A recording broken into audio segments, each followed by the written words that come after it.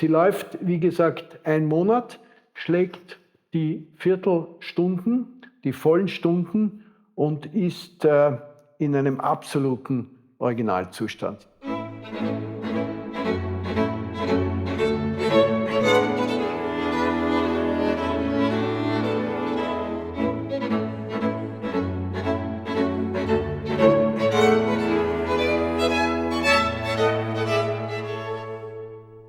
Ja, willkommen auf unserem YouTube-Kanal. Mein Name ist Stefan Andrewitsch, Geschäftsführer des gleichnamigen Kunsthandels in Wien 1 in der Stallburggasse 2, spezialisiert auf Wiener Pendeluhren. Ich darf Ihnen heute einen ganz besonderen Regulator vorstellen. Es handelt sich um eine große, dreigewichtige Dacheluhr von einem sehr bekannten, eigentlich berühmten Uhrmacher, dem Sohn des berühmten Anton Glückstein, einer der Uhrmacher der frühen Zeit, der 1823 verstorben ist.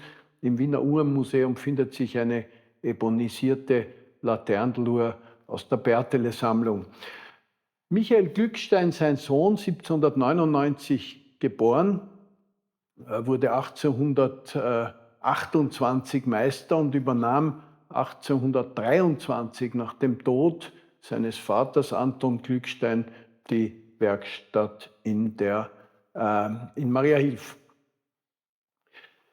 Diese Uhr läuft 1 Monat, das ist das Ungewöhnliche, hat ein Sekundenpendel, ist 150 cm lang, eine echte Kompensation.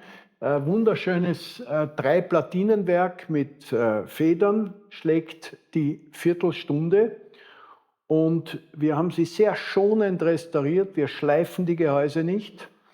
Wir belassen die alte Patina, die wir aufgefrischt haben. Sehr schön auch gemacht die lineare Intarsie an der Rückwand. Hier ist die Mahagoni spiegelfurniert, also eine hochwertige Ausführung des Gehäuses. In unserer neuen Publikation, die vor kurzem erschienen ist, die Wand- und Bodenstanduhren der Donaumonarchie, der Habsburger Monarchie 1780 bis 1850. Im zweiten Band haben wir den Michael Glückstein gelistet und wir ersehen, dass er 1830 bis 1847 Mitglied der Zunft war und 1835 an der Wiener Gewerbeausstellung teilgenommen hat.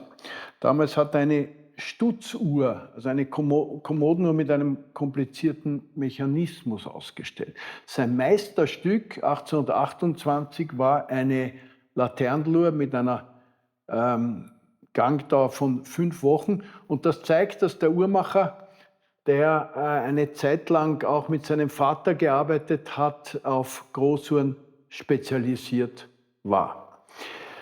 Diese Uhr ist sehr schön proportioniert, ist eine wunderbare Arbeit, hat einen sanften Klang.